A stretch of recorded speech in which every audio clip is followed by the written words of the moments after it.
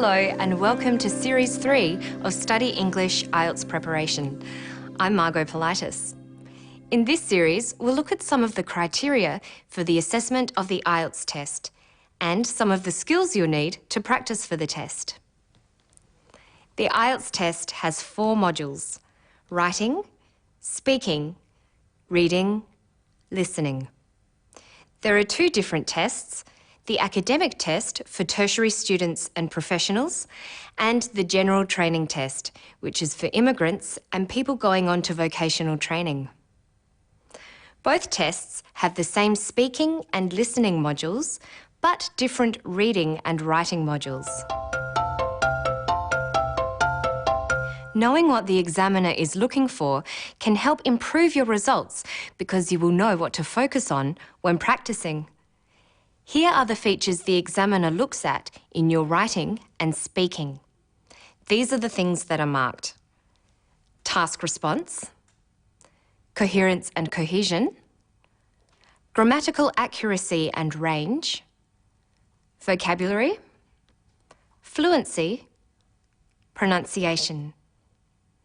What do these criteria mean? Task response means how well you've understood and responded to the question or task. For example, in the essay, you must make sure you have answered all parts of the question and followed the instructions. The next thing the examiner looks for is coherence and cohesion. This is how you organise your answer. For example, in the essay, coherence means that the essay works in its overall structure, making sense in the way it is organised. Cohesion means that the essay flows well from one part to the next. Another feature being assessed is grammatical range and accuracy. When assessing grammatical range, the examiner is looking at the variety of sentence types you are able to use. You can't rely on just using simple sentences and structures. Grammatical accuracy simply refers to the number of errors in your language. That includes things such as punctuation. The final feature assessed for writing is vocabulary. The examiner looks at the accuracy of your spelling and the range of words you use to cover a topic. You need to use the correct word forms and demonstrate that you can use them appropriately.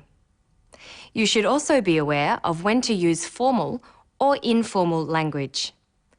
The essay needs to be formal, but you can use less formal language in the speaking test. The speaking test is designed for you to show how well you can express yourself on a general topic. It tests your vocabulary, the accuracy of your language, and your ability to use a range of sentence forms. It also tests your coherence by looking at how you organise and link your ideas while speaking. Vocabulary, coherence, and grammatical range and accuracy are criteria that also apply to the speaking test. The remaining 2 criteria are only for the speaking test: fluency and pronunciation. Your ability to speak without hesitating or pausing too often shows how fluent you are. Fluency is the ability to speak smoothly and easily.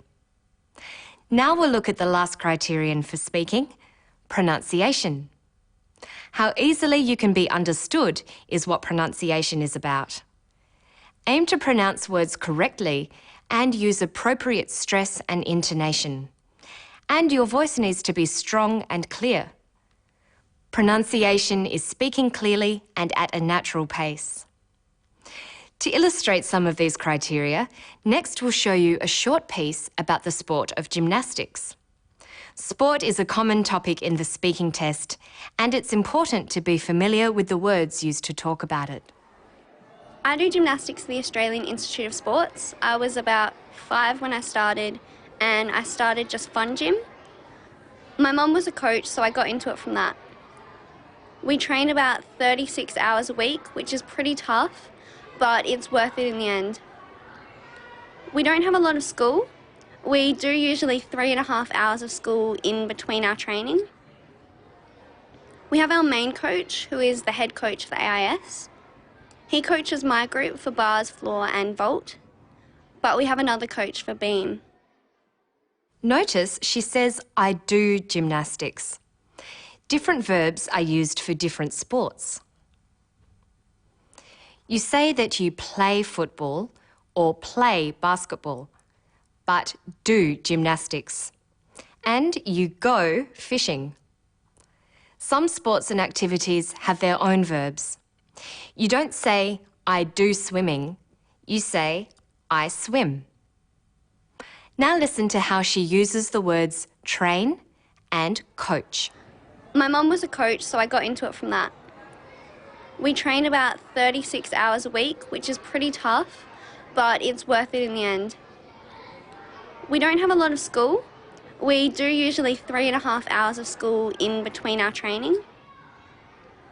We have our main coach, who is the head coach for AIS. He coaches my group for bars, floor and vault, but we have another coach for beam. A coach is a teacher of sport. Coach can be a noun, like this. We have our main coach, who is the head coach for AIS. Coach can also be used as a verb. Here it's used in the singular form, coaches. He coaches my group for bars, floor and vault, but we have another coach for beam. She uses the word for practicing a sport, train. We train about 36 hours a week, which is pretty tough, but it's worth it in the end. The ing form, training, can be used as a noun. We don't have a lot of school. We do usually 3.5 hours of school in between our training. And a coach can also be called a trainer. You should watch English language TV to help build your vocabulary in this fashion, because you will be marked on how well you use words and their various forms. And you should think about things such as sentence forms. Even just talking about gymnastics, it's possible to use quite complicated structures. Listen to her again. We train about 36 hours a week, which is pretty tough, but it's worth it in the end. She uses a complex sentence, a clause, combined with a relative clause. We train about 36 hours a week, which is pretty tough. She then makes it into a complex compound sentence by using the conjunction but to add another clause. We train about 36 hours a week, which is pretty tough, but it's worth it in the end. Thinking about and noticing sentence types will help with your grammatical range. Listening to the way people talk for an extended period will help prepare you for the speaking test, where you will be required to talk about a topic for 2 minutes. So let's recap. These are the things the markers are looking for. Task response, your ability to answer the question and correctly respond to instructions. Coherence and cohesion, how well you organise your language. Grammatical range and accuracy, the range of grammatical structures you use and how accurately you use them. Vocabulary, how well you use words and their forms. And for the speaking test, there is fluency, your ability to speak without hesitating. And finally, pronunciation, how easily you can be understood. In the coming episodes, we will look at these criteria in more detail and explore ways of meeting them. Remember that IELTS is testing your language skills, so take every opportunity to practice your listening, reading, writing and speaking to improve your accuracy, extend your vocabulary and develop your fluency. You will be building your confidence as well. That's all for now. To find more information about assessment and band scores, visit our Study English website. Good luck with your studies.